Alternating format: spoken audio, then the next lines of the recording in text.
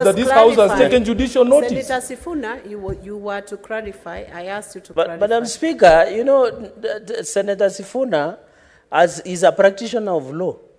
Kenya is not a private company, it's not a shareholding company. Is it in order, Madam Speaker? Those ones you can say in public rallies and funerals.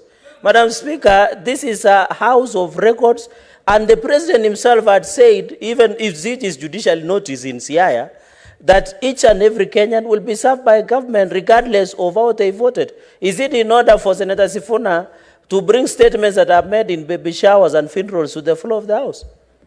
Senator Sifuna. Madam Speaker, I don't know what about me looks like somebody who attends baby showers, but let me say this, you're wasting my time. Madam Speaker, the most critical concern I have, and I hope my time has been posed under Section 31.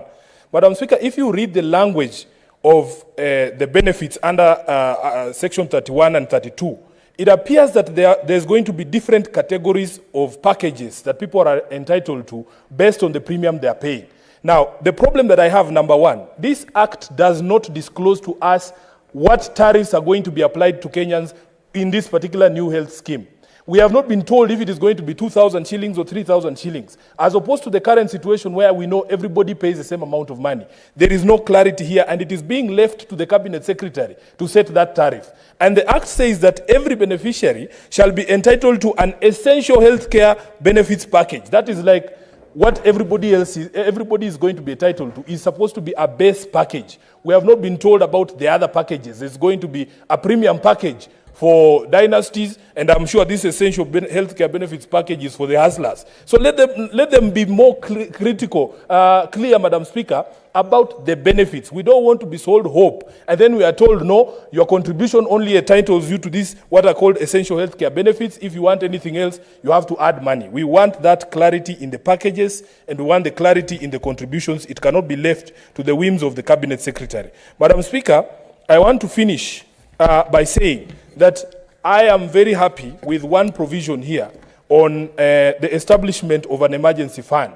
As SG of ODM, as a member of Azimio, we did promise that we were going to implement, if we got government, the provision in the Constitution that entitles everybody to emergency health care. We have seen cases of people dying in ambulances here in Nairobi because the hospital that you've been taken to will not admit you until they know who's going to pay for that admission, Madam Speaker. So this is something that I would support, the Emergency Chronic and Critical Illness Fund, and this money is going to be able to go to guarantee that the cost of emergency treatment, if you find yourself in an accident somewhere, maybe people don't even recognize you. You might have your premium insurance, private insurance, but people do not recognize you, or you are driving alone, you are unable to retrieve your card. They should be guaranteed that every person who's taken to any hospital in the country under emergency circumstances will receive. Senator Abbas Sheikh Mohammed.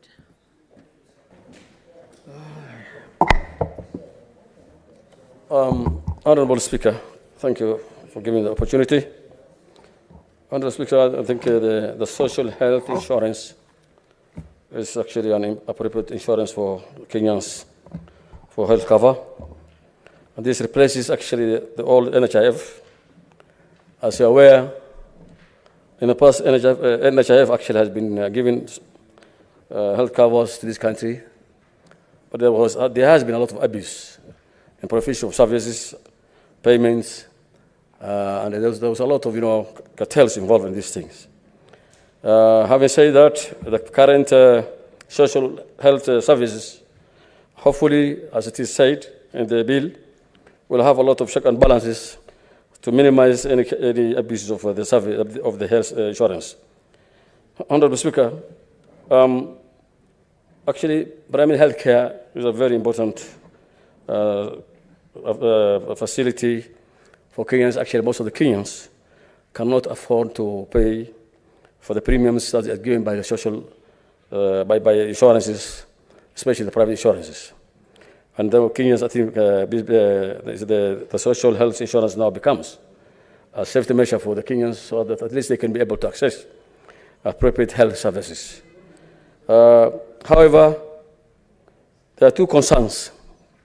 One is actually, as said by Senator Sifuna,